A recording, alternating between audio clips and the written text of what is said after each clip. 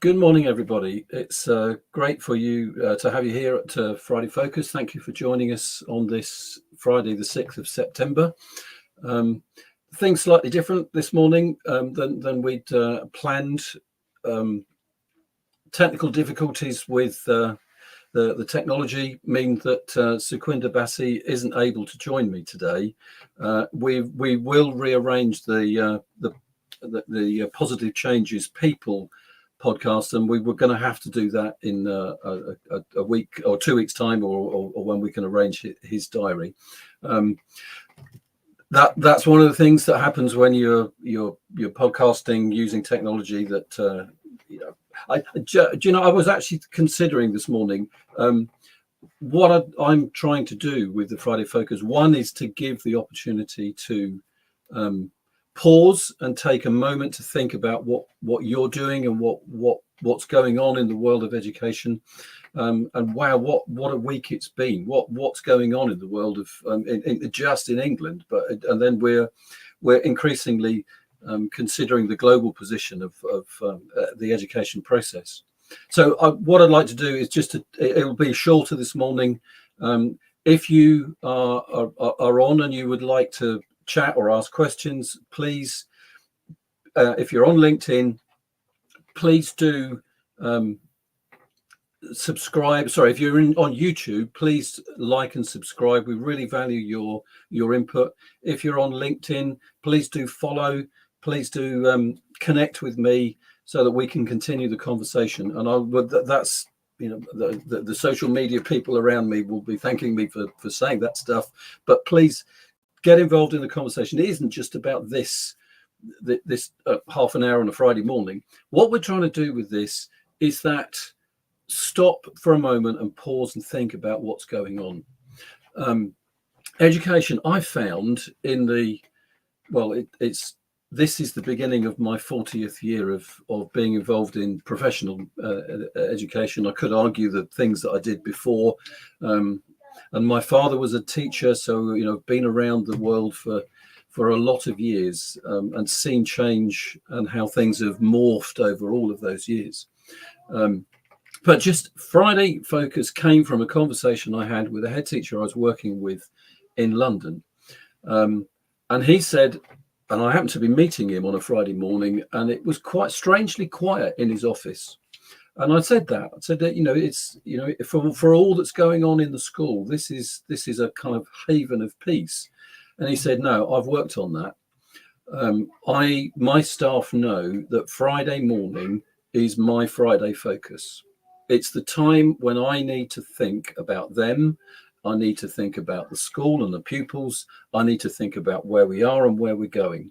And they respect the fact that I take that time to just pause and think. Now, there are few people that I have found in those 40 years that have had the capacity to do that. Friday morning where I taught was madness on occasions, where everything happened because it was the end of the week, kids were tired, and they did silly things, and you had to cope with that behavior. But the principle stuck with me, and that's why we started Friday Focus. That's why this is here. It's the pause that makes the job possible. It's the pause that gives us that foresight view. And if you're with us and you've picked up on the newsletter, you'll know that we published one yesterday, and I wrote about the beginning of the academic year. And what I look to do is just to pivot from Positive Changes People, just to consider that newsletter and what I was saying in it. It's been a really interesting week, but just to say thanks for being with us. I'm not just going to ramble for a while. We'll keep this relatively straightforward. And Sukwinder, thanks very much for all the efforts, and we will get back, and we'll talk about his input, which is about people and the people processes within schools. So, the end of the first week in England of the academic year. Some have been back for 2.5 weeks if you're in certain regions of the UK. And if you're in worldwide education, you will be at various different points. Most seem to be starting the academic year around now. There are some countries clearly that start at different points of the year. So, we're in this start of the year mindset. I used to find that as a senior leader at this point, there was a 2-week threshold that was so important to be the culmination of everything that I'd been doing. I often said, as an education professional, that my job was not to live in the moment, it was always to live in the future, because I was always planning for what was next, that I was living in next year. As a curriculum design professional, that's what I did. I was spending my time thinking about, well, how's it going to be shaped for next year? What staff do we need for next year? And then getting into the scheduling process of timetabling for next year. So the first 2 weeks of the year were always that this is the proof of the work that I've been doing for the whole of last year. And if I managed to get through those first 2 weeks without anybody coming to the door and saying, I haven't got a room, where's my class? I can't teach 3 classes at once. Where's the members of staff in my department? How can they possibly, when I see that going on around certainly our work with schools in terms of logistic planning. So the scheduling team in Smart Curriculum, they are professionals in curriculum design and in timetabling, and I see that schools come to us with those kind of headaches. I am still astounded at the number of schools that begin the year without a timetable. And the worst case, I think I remember a school locally that had 6 iterations of a timetable in the first 2 weeks, and they weren't just a little bit of tweaking, they were significantly different timetables because they just couldn't make it work. We know, and this year, as we've gone through this process, there were at least 2 schools that have significantly changed their curriculum design in the timetabling process. One changing the character of the school, losing a 6th form. One changing the actual days of the week, changing the number of days within the week that they're working. Mostly in those cases about teacher supply and whether they've got the capacity to deliver. And at the point of timetabling, deciding that actually we haven't got enough and we're going to need to change. To me, that's strange, because I would be taking schools through a longer process and their decisions would be made much earlier and preempting those decisions. So you say, my work has been always living in the future and working towards what comes next. So if you think around, if you look at our website, you look about how we operate, mastery, analytics, standards and scheduling. The scheduling team are always working on that element. And if you need that kind of support, please do come and talk to us. Across any, we're system agnostic. We work with all of the systems that are out there. So yes, we work with Nova T. Yes, we work with Timetabler. We've got links to EdVal and experience with EdVal if that's necessary. Bromcom, e-Timetabler, W-Timetabler. We have links with Griddle. Not that many schools in England are using Compass and Griddle at the moment. I think 6 or 7 at the moment, plenty more in Ireland. And then other timetable systems like Prime Timetable, as an American piece of software, very simple, very web-based. A number of ISAM schools are using Prime Timetable, and there are many other scheduling systems that are some coming out of India, because obviously there's a lot of investment in India in education systems. So there are, our team are very experienced at dealing with those, and you make your choices. The one thing I've seen in the last few months, and one of the timetables we did this summer was an example of this. There is churn and turmoil within the MIS world, mostly relating to decisions of the providers about their contracts and how they're servicing schools. I've heard in the last week a whole mat, in fact, even two mats that are moving away from the company. Let me say Sims. You'll know what I mean if I say that, for technical reasons, for operational reasons, and making decisions to move elsewhere. I'm going to give a shout out now. If you haven't looked at Which MIS, go and have a look at the site, run by Stuart Abrahams and his team. Get in there and have a look at what's going on. My advice to schools always is, if you're thinking about system change, don't make snap decisions. So one example I'm hearing at the moment is Sims doesn't have the facility for multi-factor authentication, and therefore its prime function of keeping data secure is vulnerable. And there have been cases of infection, and we know there are a number of issues of, I'm not suggesting this in specific case here, but ransomware and school wipeouts and all sorts of things. Now we've experienced a number of those recently. So people making snap decisions, people making quick decisions. Yes, of course we want to secure and make things safe, but just be careful about making snap decisions, moving to systems that don't then provide all of your for all of your needs. We do need to be careful, and the process of system transfer is huge, because not only is it about moving data, it's about changing culture. Because one of the things I would say about most MIS systems within the UK, particularly the UK, is that because the way the technology was built in the 1960s and the 1970s, and then sort of developed into the 80s and 90s, is that it embeds in the behaviors of the school, the kind of values, the language, certain things around the MIS. They have terms that they use, and it's embedded in the language and culture of the school. And you can say that it isn't, and we're not slaves to the systems, but unfortunately it's true. And I can give you plenty of examples of that within the timetabling world, because some of the language around the software, if you compare the language between the software, they are completely different. Certainly the way they work, what they represent, what they demand that you do, how you organize your pupils, is impacted by what the software can do and does not do.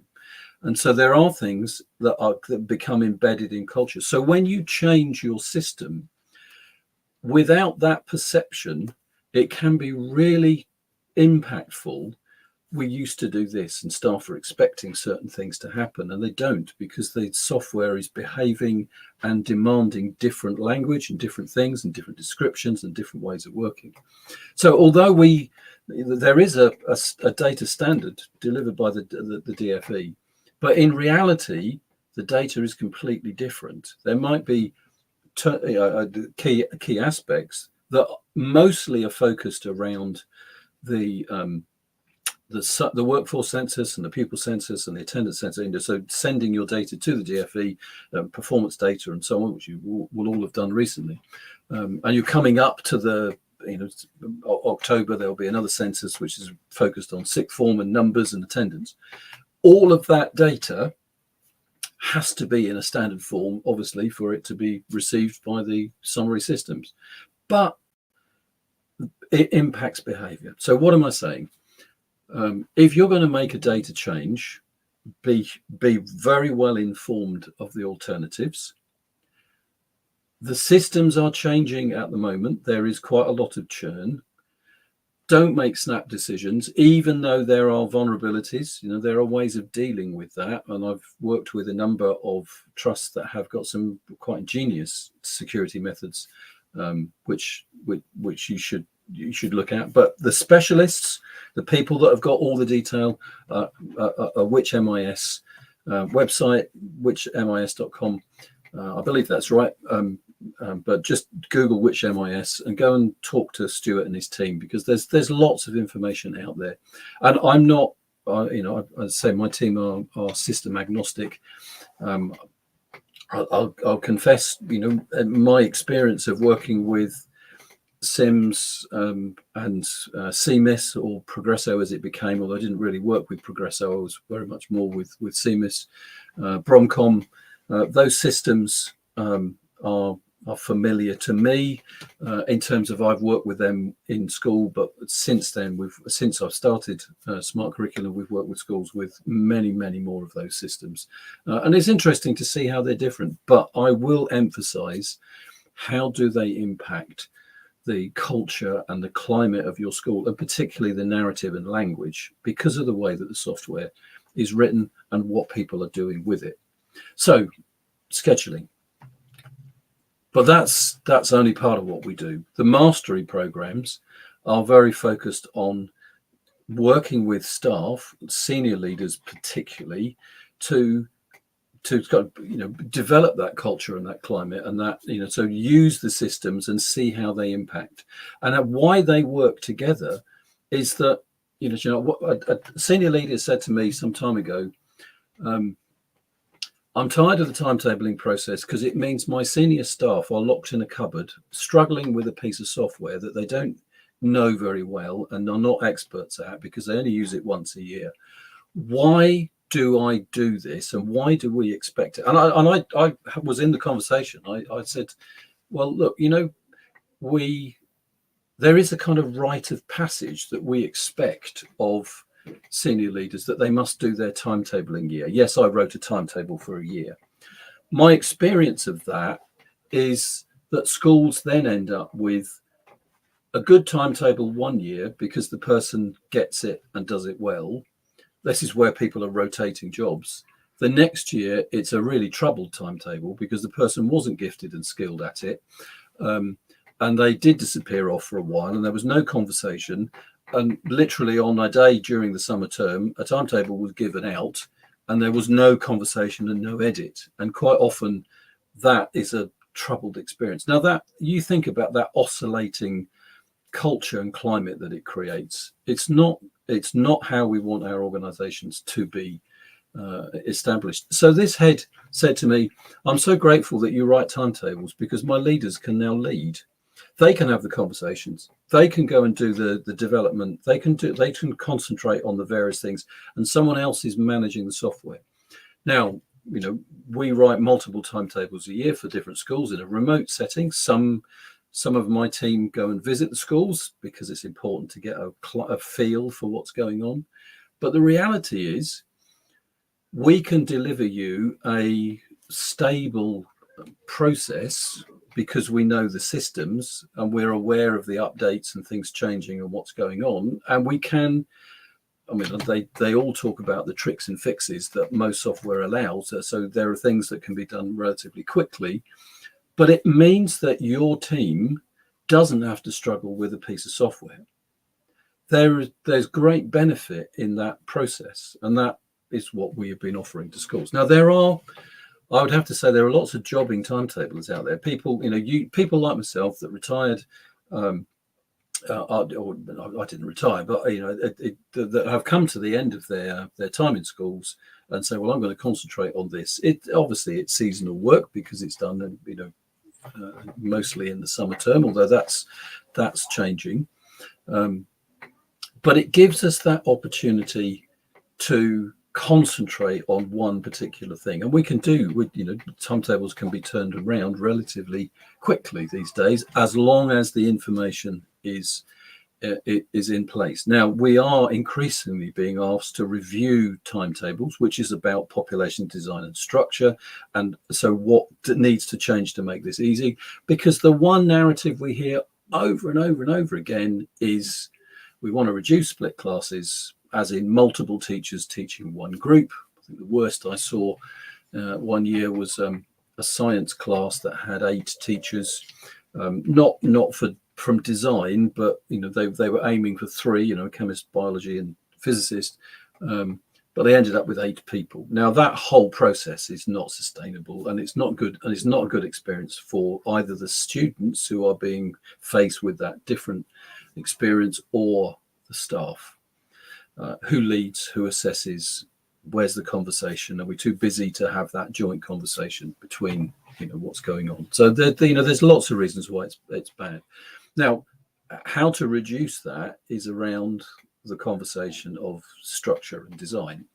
And there are, without if you refer back to my conversation, the first podcast we did, I talked about adaptive curriculum. But I've said in many places there's this, what I would describe in England as the postmodern education. The modern education system in a comprehensive school, whether that's a community school or an academy, is that every department leader likes to have blocked curriculum. So I've got my 6 classes or 8 classes or 4 classes on at once. And then we go through this ability setting. So we've got top sets and bottom sets and that whole process. The postmodern system is, I mean, one of the things that, sorry, I'll just, before I ramble into that next bit, the one thing that about that system, if you consider a whole curriculum that's blocked, is that it's very constraining on staff, because you've got to have staff around at the same time. And actually, if you're blocking in every subject, multiple staff, and how many schools have got 4, 5, 6 RE teachers or art teachers, or whatever subject you can describe, that in every area we're going to need multiple teachers to be able to put a block of 4 or 5 or 6 on at once. And then when a school says to me, I want all of the maths on at once, well, that, times that could be 12 or 10 teachers. And have I got enough teachers to do that? And what about the part-timers, and how does that work? And all of those systems create this split class inevitability. The other question is allocations. The number of times I've said to schools that have got a 50-period cycle, if you choose 41 as your standard allocation, you are going to have split classes, because 6, 8, 7 does not fit into 41 as an allocation. The multiples don't work. So whatever allocations you come up with, if they don't work with the specific subject allocation that you've got within the subject that they teach, you are going to end up with split classes. And so you've got this 2 sides of the balance. I want to make sure that workload is right, but then the allocations are the thing that I've built into the system. Now, the postmodern system, I would suggest, is around adaptive curriculum, where it's not one size fits all. Now, that's the techniques of delivering that are different. Blocking versus linear delivery, so class focus. Now, if you go into countries like Ireland or Australia, or if you come to a grammar school in England, it's often the case that those timetables are very linear led. But it's a different culture, it's a different climate, it's a different methodology, and to change from one to another it takes some effort. And then there's the question that we've got 2 extremes. We've got one end of the system, and then we've got the other end of the system. So blocking is at one end of the system, and then linear is at the other end. And so what does it look like between? And is there a merging between the systems? Now, again, I'm kind of talking about something that is, I didn't want to get into all of that detail, but here we have the possibilities to make some changes. So what I'd like to sort of finish with is saying, look, if there are challenges that you've got within your system now where you want to see change, my case to you was that over the year, I've spent a whole year planning for the next timetable. And if you're at that position now, you need to start thinking about those things for change at this point. Whether if it's about changing your MIS, then that's one thing. And obviously all of the things that will go into place are going to impact that decision. But you are going to end up with needing to create a timetable. Now, I will say in that we actually this summer we had a number of primary schools that came and asked us if we could write timetables for a primary school using Nova T, using Timetabler, because their MIS systems required it, but they were big enough to think, well, we need to be thinking about having a logistical frame for our delivery, and it wasn't just a class delivery. So just if you need help with that, if you like even just an eye over it from a group of experts who know what they're doing, and if there's any way that we can support you, please do contact us and let me know, because we can arrange to come and spend some time with you, and even just whether you want a timetable written or you just want to evaluate where you're going, please do so. Now, go back to my newsletter. I talked initially about this, the start of the year and that 2-week journey. Obviously, this week in England, we've seen the statement that Ofsted is changing. Last week, we know that the Labour government have just put together this education review team led by Becky Francis, Professor Becky Francis of EEF, and the 10 members have been named. It's going to be interesting to see what happens. I talked a couple of newsletters ago about what's happening around the world. It certainly seems that we are seeing changes to curriculum view, in that people are saying we need to bear in mind the social, emotional health, mental health concerns around learners, that as learners, we are not just knowledge repositories, we are human beings, and we have feelings, and we have concerns, and we have aspirations, and all of that needs to be reflected in the curriculum that we're putting together. And certainly the Welsh curriculum is very centered on that idea of increasing mental health opportunity.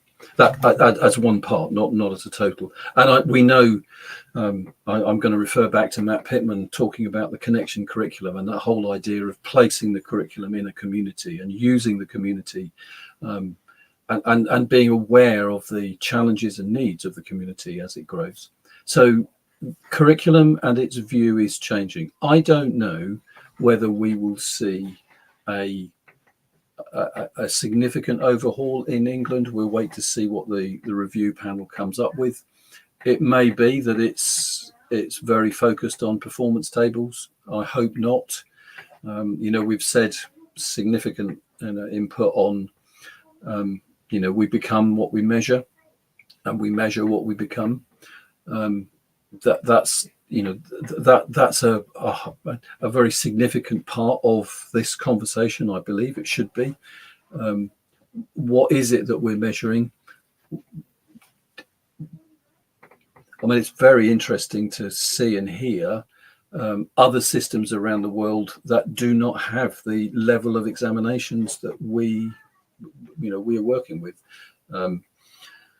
They will have a simple diploma at the end. And certainly the conversations we're having with Japan, that they have a diploma system where you go through an education process. You might have electives or you might not, and at the end a piece of paper is signed to say that you've completed an education. I feel I don't want to ramble, and it's easy to do that, but just that sense of I'm very concerned about a system that simply validates the process by a set of grades, because we're not defined by that. I'm not defined by a set of grades that I achieved. I enjoyed doing the education I did, and I value the things that were there. There were things I wish I'd concentrated a bit more on. There are things that I wish I did a little less of, but that's I can look back on that a long time ago. I've moved a long way from that. I have to say I've used most of it in my working life. I was considering the other day a conversation that I had in a training session with a group of school improvement leads in a local authority, and I asked them the question: if someone was going to get you to sort of sum up your your education experience, if you look back to your time in school, what was the most impactful thing that you remember from your school life? And I gave them a couple of minutes to think about it. About 40 people in the room. And I was okay, so let's share some of those thoughts. Just tell me about those thoughts. And we got 10 or 15 people that shared their thoughts. Not one single person talked about a classroom experience. Not one. They were all, visits they've done, plays that they were part of, musical experiences, particular teachers that they'd been impacted by, a whole plethora of things, but not one. I remember that lesson. And I'd said at the time, you do realize that you probably sat through several thousand hour-long, 35-minute long, whatever they were, lessons. You sat through that thousands of lessons, but your concentration is on the bigger picture of the experience of school was, impacted you far beyond that what goes on in the classroom. Yet everything that you do as a school improvement lead, from what you've told me this morning, is focused on what goes on in the classroom. Surely we should be building something, a curriculum that's actually impacting a wider part of that. And that's what I hope that we do with re-looking at Ofsted and re-looking at the curriculum, that we think about our schools as connected to the communities that they're part of, and that we really do get involved in a richer, broader curriculum that, well, as I've said many times, is now required to prepare learners for the 22nd century, not the 21st century. So, and things are changing, and it's not all about AI, and it's not all about machine learning. Yes, that's there, but it isn't all about that. It's how we are humans and how we're humans within the environment. So my newsletter talked about the beginning of the year. We're at that point, and as you can hear from me, I start the year reflecting on where we're at, what the experiences are. I've talked about the timetable because that's often a significant part of this beginning process. And I know and I feel for you, if you're at the end of the first week and you're on a 1 week timetable, you probably will be breathing a sigh of relief at the end of the day that it's been peaceful and calm. And as I said in the newsletter, a head wrote to me and said, I'm so grateful. Every child seems to be in a class. We seem to have got there. That was earlier in the week, and I hope that's still his feeling today. But certainly the process in secondary school is a challenging one. It's different in a primary school, and it's different in different characteristic schools. And, if you're in a special school or an AP school, you're probably starting with a quieter beginning as learners go through. You're starting differently, but that may well be not the case. It could be, the transition into school from holiday for children that are finding that difficult may well be a challenging experience. But anyway, I just commend to you what I've said, the processes that we've been through over this last summer. It's been a pleasure working with a whole group of you and some new schools. Thank you for putting your trust in Smart Curriculum. But certainly as far as these conversations are concerned, we start the year. There's a whole year ahead of us. It's going to be a year of change. I come back to my old college days. We had a friend of mine reminded me of a T-shirt or a sweatshirt that we all wore, referred to our program as being the course of constant change. The reality is education is filled with change. Unfortunately, we don't always, as professionals, respond to that change as well as we might, but here we are. We're at this point of change, and let's get into it. Let's work on it as positively as we can. And those of you that are involved in planning for next year, the journey starts here. If you are interested in talking to us, please contact us. The details of contact are on my LinkedIn page and certainly on YouTube. If you are on YouTube, please like and subscribe. The contact details will be in the messaging below. If you're on LinkedIn, you see my profile, you've been there already. Please do connect, leave a message. And I'm sorry about the technical difficulties that we've had this morning. You can't see some of the difficulties that I've had on the screen with it this morning. It's just one of those things.